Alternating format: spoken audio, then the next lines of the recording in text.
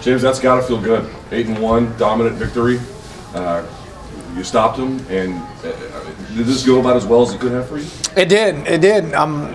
Visualize. You know, I'm a big believer in the law of attraction, and I read books on this stuff, and I study this stuff, and I visualize, and I picture I always visualize me winning. I don't think defeat, and I don't think like that, and I don't picture stuff like that, and I never will. And it sounds, you know, cheesy, but I started studying the self-help stuff probably 5 years ago, and it's literally changed my life.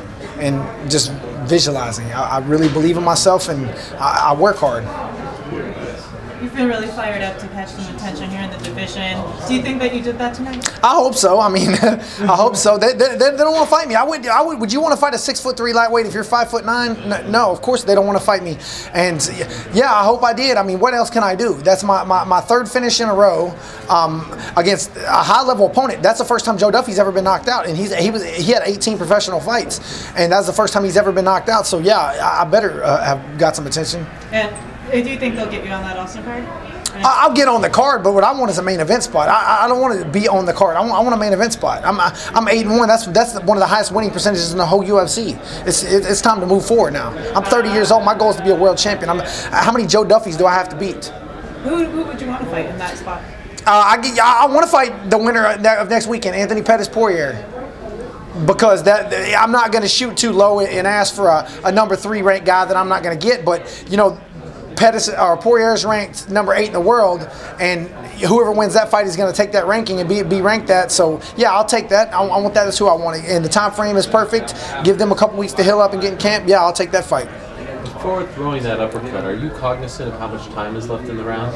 I heard my corner say 10 seconds, and you know what? Believe it or not, I was shocked because this event is this venue is so big, and I could hear everything. I've never heard anything so clear at this as I have this fight with instructions. I don't think that.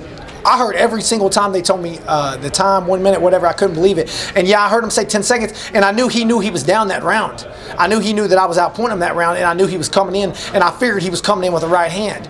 And I feinted the knee, and I was going to try to land the knee and you know, land that one. But I heard him say, throw the uppercut, and it was just, you know, I listened. I should have listened earlier because they said it was there the whole time, and I knew it was, but I heard him, and I threw it, and here we are. Do you think he won the first round? It was close. It was close. I thought I did more damage. I didn't really get hit much and take no shots. You know, he landed a couple little leg kicks and got one little takedown. Didn't amount to anything. And I cut him up even the first round. I had a couple cuts on him underneath one eye, and I believe his eyebrow on the other side. So it was close. I asked my corner when I got back. I said, "Did I win?" He said he thought we won it, but it was close. Did he protest the stoppage at all? Did you hear him? I think maybe he did a little bit at first, but honestly, he was out. When I hit him with the first one, I thought about not even going down to the ground with him because I thought he was done. But then I saw his head hit, and it kind of woke him up. So then I went in for the kill and finished him. But he was hurt really bad.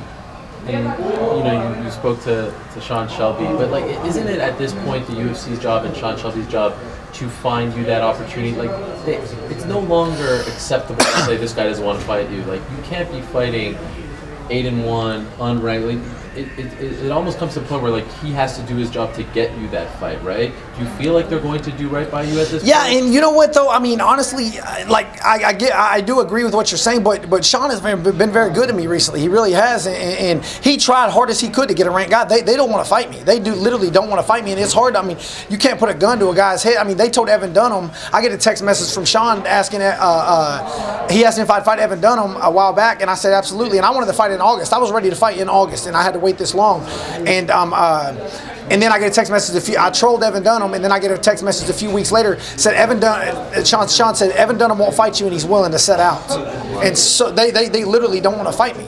And that's where we're at. But so that's why, you know, I'm happy the UFC has been giving me a better marketing push and, you know, media push, and hopefully they continue to do so, because the only way that, I mean, I'm 6'3", I'm 8-1. They don't want to fight me. I have multiple ways to finish these guys, but the thing is I'm in the high risk, low reward category right now. So I need to move myself into the high reward category, which is by making my name bigger, and I'm doing my part. So hopefully, you know, the UFC, they've really helped me recently and gave me a good push, and hopefully they continue to do so.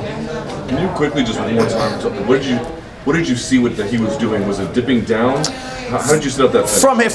From his films, from all the film we watched, I saw him. He had a real good low boxing stance, and he kept his chin tucked real well. But he was wide open for anything up the middle. The front kicks, I landed the front kick in the first round. The front kicks, the knee, the uppercuts. I knew everything up the middle was going to land, because normally I'm a good right-handed puncher, a straight right. That's like my money move. I've heard a lot of people my straight right hand, but he did a good job of seeing it coming, because he's a good traditional boxer. And when you're tall like he is and I am, you don't worry as much about uppercuts. You don't get caught with uppercuts as much. But he's obviously not fighting guys his own height until me. So I just knew any front attack was going to be available. Okay. Thank you guys. Congratulations. Thank you guys. Appreciate it.